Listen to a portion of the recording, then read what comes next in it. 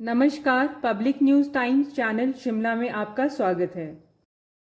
कांगड़ा सांसद डॉक्टर राजीव भारद्वाज वीरवार को राजभवन में राज्यपाल शिव प्रताप शुक्ल से मिलने पहुंचे। करीब 1 घंटे तक राज्यपाल से मुलाकात की और मुलाकात के बाद राजभवन के बाहर मीडिया से बातचीत में भारद्वाज ने कहा कि राज्यपाल के साथ उनकी शिष्टाचार भेंट थी। यह सीपीएस मामले पर निर्णय आने के पहले से तय हुई थी। और क्या चर्चा हुई? मैंने राज्यपाल महोदय से 6 दिन पहले समय लिया था, क्योंकि सांसद बनने के बाद मैं उनसे एक बार वैसे नूरपुर में भी मिल चुका था, वो किसी कार्यक्रम के सिलसिले से आए थे, और एक बार दिल्ली मिल गए थे। वो एक संयोग था और एक सांसद के नाते ये मेरा धर्म बनता था। तो मैंने माननीय राज्यपाल जी से 7-8 दिन पहले समय लिया था, तो मैं उस नाते केबल कर्टसी कॉल करने आया था। आज यही मिलने का कारण था। लेकिन जिस तरह का अभी लेटेस्ट जो पॉलिटिकल डेवलपमेंट हुआ है, क्या उसके संदर्भ में कोई चर्चा हुई है? और इसके साथ साथ आप इस डेवलपमेंट को किस तरह से देखते हैं? What is your take on this? आपके पहले प्रश्न का मैं जवाब दूं, उसमें मैं इसके लिए अधिकृत नहीं हूं, क्योंकि ये जो कल का जो घटनाक्रम हुआ, वो मेरी मुलाकात महामहिम से वो एक महज संयोग है, क्योंकि मैंने बहुत पहले समय ले लिया था। और उस विषय में हमारी पार्टी निर्णय करेगी, हमारा प्रदेश का नेतृत्व निर्णय करेगा, हमारा केंद्रीय नेतृत्व निर्णय करेगा, क्योंकि माननीय नेता प्रतिपक्ष चुनाव के सिलसिले में महाराष्ट्र में है, प्रदेश अध्यक्ष माननीय राजीव बिंदल जी महाराष्ट्र में है।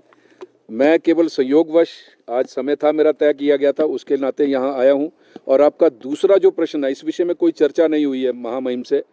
दूसरा विषय जो आपने रखा है कि ये जो कल का घटनाक्रम हुआ है, इस घटनाक्रम में मैं माननीय न्यायालय का कोटि कोटि धन्यवाद करता हूं, क्योंकि जिस दिन से सीपीएस बने थे, हमारे नेता प्रतिपक्ष, हमारे पार्टी के प्रदेश अध्यक्ष और हम सब लोग जो पार्टी के वरिष्ठ कार्यकर्ता थे, समय समय पर सरकार को चेताते रहे, क्योंकि ये अनकॉन्स्टिट्यूशनल है, ये ठीक नहीं है, और कई चीज़ों का हवाला दिया था। लेकिन माननीय मुख्यमंत्री जी ने उसकी नियुक्ति की थी, तो उस नाते बहुत अधिक चेताने के बावजूद भी जब सरकार के सिर से जू नहीं रहेंगी, तो फिर माननीय न्यायालय में कुछ लोग गए थे, तो उसका कल निर्णय हुआ है।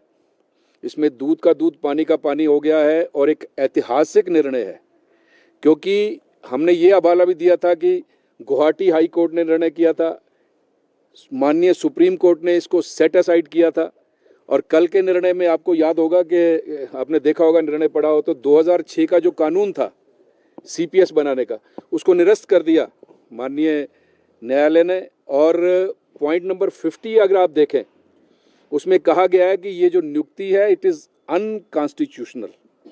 तो कल का जो निर्णय है, ये निर्णय ऐतिहासिक निर्णय है, और मुझे लगता है कि इसकी गूंज बहुत दूर तक जाएगी आने वाले समय में।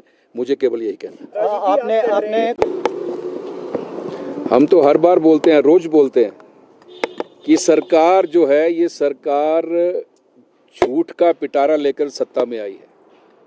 इस सरकार ने ऐसे ऐसे वादे कर दिए जो कभी पूरे नहीं हो सकते, और जनता अब देख रही है, जनता बहुत जागरूक है। आपने कहा कि हर घर में 18 साल से ऊपर जितनी हमारी माताएं, बहनें, बेटियां हैं, उनको महीने का 1500 रुपया दिया जाएगा। अगर 4 हैं तो 6000 रुपया पर मंथ दिया जाएगा। और आज क्या स्थिति है, मुझे बोलने की आवश्यकता नहीं है। अब सारा मामला पंचायत के ऊपर फेंक दिया, और मैं परफॉर्मा देख रहा था, जो मैंने 4-5 दिन पहले वो परफॉर्मा मंगवाया, जो उन्होंने एलिजिबिलिटी रखी है 1500 रुपया मिलने की, उसको यदि देख लिया जाए तो मुझे लगता है कि 5% महिलाओं को भी उसका लाभ नहीं मिलेगा। जबकि वीडियोस वायरल हैं, आपने देखे होंगे, सब वीडियोस वायरल हैं, बड़े बड़े नेताओं के वीडियोस हैं।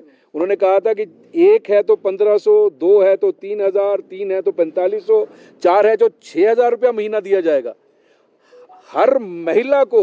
22 लाख महिलाएं हैं पूरे हिमाचल प्रदेश में। अब देखिए क्या करते हैं, जनता इंतजार कर रही है। आपने कहा हर वर्ष 1 लाख नौकरी दी जाएगी। अगले महीने 2 वर्ष पूरे हो जाएंगे। जिस दिन 2 वर्ष पूरे हों, मैं आपसे प्रार्थना करना चाहता हूं कि श्वेत पत्र लीजिए हिमाचल प्रदेश की सरकार से 2 वर्षों में 2 लाख नौकरियां दी जानी चाहिए थी। कितनी नौकरियां दी गई हैं, ये जवाब आप लोग ले सकते हैं दिसंबर में।